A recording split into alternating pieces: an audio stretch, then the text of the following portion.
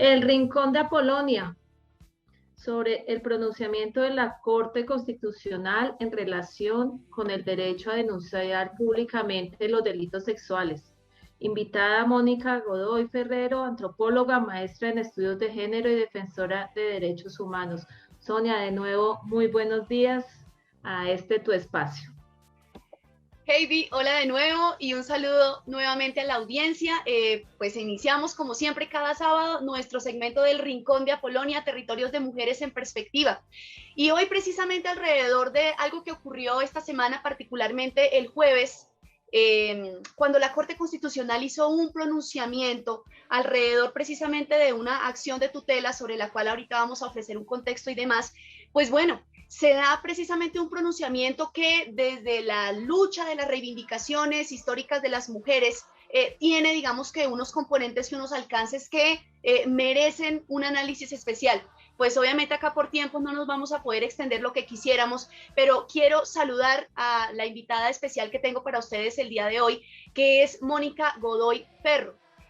Mónica Godoy Ferro es antropóloga, es maestra de género y defensora de derechos humanos, además de un millón de cosas más. Y pues me encanta tenerla aquí precisamente porque es una de esas mujeres que aporta desde su experiencia de vida, desde su experiencia profesional, en todos estos asuntos de las reivindicaciones de las mujeres. Mónica, te saludo dándote las gracias por participar en este espacio y quisiera por favor que comenzáramos justamente como con ese contexto que da origen al pronunciamiento de la Corte Constitucional. Adelante, Mónica, buenos días. Buenos días, muchas gracias por la invitación. Buenos días a todos y a todas y a todos quienes están escuchándonos. Bueno, este pronunciamiento es una sentencia de una acción de tutela que llega hasta la Corte Constitucional. Es una tutela que interpone un sujeto que es señalado por una mujer de abuso sexual a través de su red de Facebook. Tienen una relación sexual, él afirma que es una relación consentida, ella afirma que es una relación de abuso, y ella cuando vive esta experiencia cuenta lo que le sucedió en esa red social. Él siente que su derecho al buen nombre y a la honra están gravemente afectadas por esta publicación e interpone esa acción de tutela. Esa acción de tutela llega hasta la Corte Constitucional para revisión. Está en la sala de revisión del magistrado Alberto Rojas, quien decide que efectivamente no hay un daño al buen nombre y a la honra cuando las presuntas víctimas de violencia sexual cuentan sus experiencias a través de las redes sociales. O sea, reconoce que efectivamente hay dos derechos en tensión. Por una parte, el derecho a la honra y al buen nombre, y por otro lado, el derecho a la libre expresión de las víctimas de violencia sexual, y reconoce que que esos criterios que se exige para dar, por ejemplo, información, se le puede exigir a quien produce contenidos en noticias, en periódicos, de la imparcialidad y la neutralidad, se flexibilizan cuando son las víctimas quienes hablan a nombre propio de sus experiencias. Entonces no se le puede pedir a una víctima que sea imparcial frente a una denuncia que está haciendo de una agresión que presuntamente vivió. Entonces, ahí hay un precedente jurisprudencial muy importante que viene consolidando la Corte, no solamente con este fallo, sino con los que ha venido construyendo alrededor del ciberactivismo feminista, protegiendo la libertad de expresión de las víctimas. No te estoy escuchando. Sonia, tu micrófono. Perdón.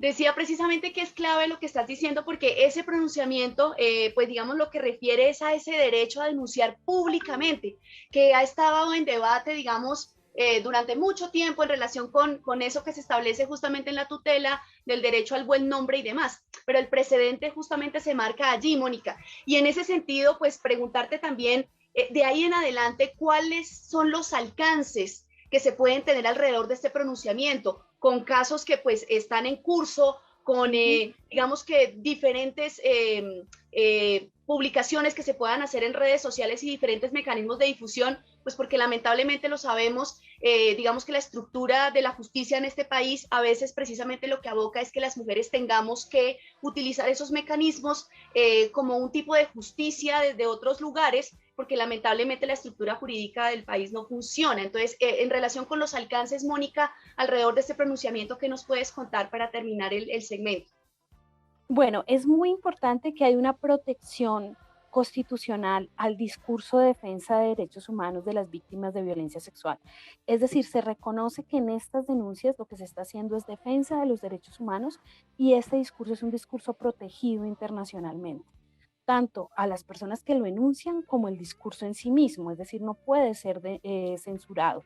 Entonces, creo que es muy importante los pronunciamientos que se han hecho de protección de las víctimas y su derecho a la libertad de expresión y poner en cintura a aquellos acusados de agresiones sexuales que utilizan las acciones de tutela para callar y censurar las denuncias en su contra. Entonces creo que, y esto no es nuevo, fíjate, la Corte Constitucional desde el 2003 está diciendo lo que promueven estas denuncias es un control social informal que es complementario al Estado social de derecho. Es decir, que promueve en las relaciones sociales el que se condenen prácticas de violencia que deben ser transformadas en la sociedad. Entonces, no es un mecanismo de justicia propia, no es un mecanismo que atente contra el Estado social de derecho, es un mecanismo que complementa las acciones de las instituciones y que está protegido internacionalmente. Muy bien, Mónica. Entonces, pues precisamente por eso sentíamos esa necesidad de tener en este espacio del día de hoy una conversa obviamente muy cortica alrededor de esto, pues porque esto da para abordarlo desde diferentes matices, pero pues teniendo en cuenta justamente que este espacio está dado para la comunidad educativa, no solo de Bogotá, sino a nivel nacional, es muy importante tenerlo en cuenta, porque este tipo de asuntos respecto a diferentes delitos sexuales es un tema que también le corresponde y bastante a los entornos escolares en los que nos desempeñamos a diario. Mónica, te agradezco muchísimo que estés por acá, te voy a seguir invitando porque realmente los aportes que nos puedes hacer sobre estos temas son supremamente claves, Mónica. Un abrazo y muchas gracias. Muchas gracias y saludos maestros y maestras. Un abrazo. Gracias por su trabajo. Gracias, Muy bien, Mónica. Gracias, profe Sonia Liliana, por traernos estos importantes temas, no solo para la educación, sino para la comunidad y para las mujeres. Muchas gracias.